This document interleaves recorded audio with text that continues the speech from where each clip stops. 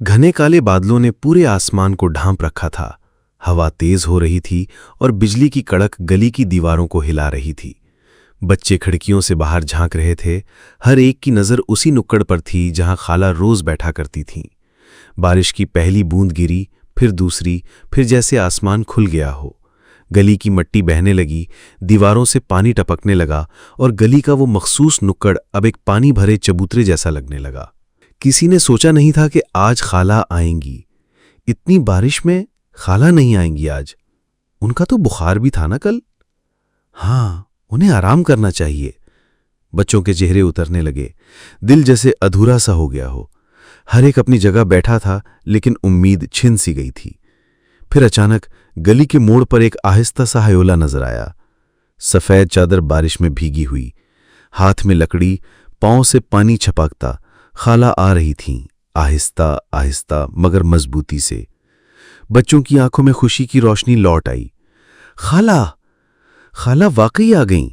खाला संदूक के पास पहुंची, जो आज कीचड़ में लथपथ हो चुका था, मगर वो इसे साफ किए बगैर ही बैठ गईं, बारिश में भीगते हुए। उनकी सफेद चादर उनके जिस्म से लिपट गई थी, बालों से पानी टपक रहा था, मगर चेहरे पर एक पुरसुकून मुस्कुराहट थी। आज बारिश तुम सब की आंखों से पहले आ गई, उन्होंने आसमान की तरफ देखते हुए कहा, मगर कहानी तो अभी बाकी है। और वो कहानी सुनाने लगीं, एक ऐसे चरवाहे की जो तूफान में अपनी भीगी भेड़ों को गले लगाकर बचाता रहा, जब तक खुद खत्म न हो गया। और आखिर में आसमान से नूर नाजिल हुआ, जिसने चरवाहे की कब्र से रोशनी निकाली। बच्चे चुपचाप सुनते रहे और बारिश के साथ साथ उनके चेहरों पर आंसू और पानी एक जैसे बहने लगे। आज खाला ने साबित कर दिया कि मोहब्बत सिर्फ खुश्क दिनों में नहीं होती, बल्कि वो बारिश में भी भीग कर आती है, पूरी शिद्दत के साथ। बारिश के अगले दिन सूरज निकला, मगर गली में कुछ बदला बदला सा माहौल था। खाला नहीं आई। वो पहली बार बगैर इत्तला के ना आई। बच्चे खामोश थे, संदूक की तरफ बार बार देखते, जैसे वो खुद कोई जवाब दे दे। वही संदूक जिस पर रोज कहानियां बसती थीं, आज अकेला पड़ा था, गीला मगर पुरअसरार तौर पर महफूज।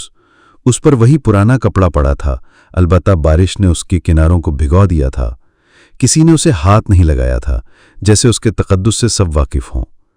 फिर वही बच्चा जो सबसे ज्यादा शरारती समझा जाता था, आहिस्ता से आगे बढ़ा। चारों तरफ देखा, कोई बुजुर्ग नजर नहीं आया। उसने धीरे से हाथ बढ़ाकर संदूक के किनारे को छुआ।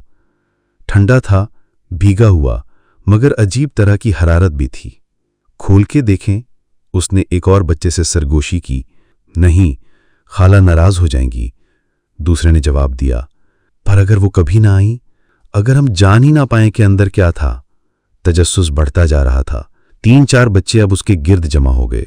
किसी ने सोचा शायद इसमें सोना हो, शायद पुरानी तस्वीरें हों, खाला का बचपन, उनकी माँ। इसी बहस में एक छोटी बच्ची जो हमेशा सबसे खामोश रहती थी, आगे आई। उसने संदूक के कपड़े को आहिस्ता से छुआ और कहा, यह संदूक सिर्फ खाला के लम्स से खुलता है। अगर हम इसे जबरदस्ती खोलेंगे तो शायद कहानी खत्म हो जाए। सारी आवाजें खामोश हो गईं। सब पीछे हट गए। संदूक वहीं रहा, बंद, पुरअसरार, और उस लम्स का मुंतजिर जो सिर्फ एक बेवा के हाथों में था, मोहब्बत से लबरेज और कुर्बानी से भरा हुआ। बच्चे अब जान चुके थे, कुछ चीजें सिर्फ वक्त पर ही खुलती हैं।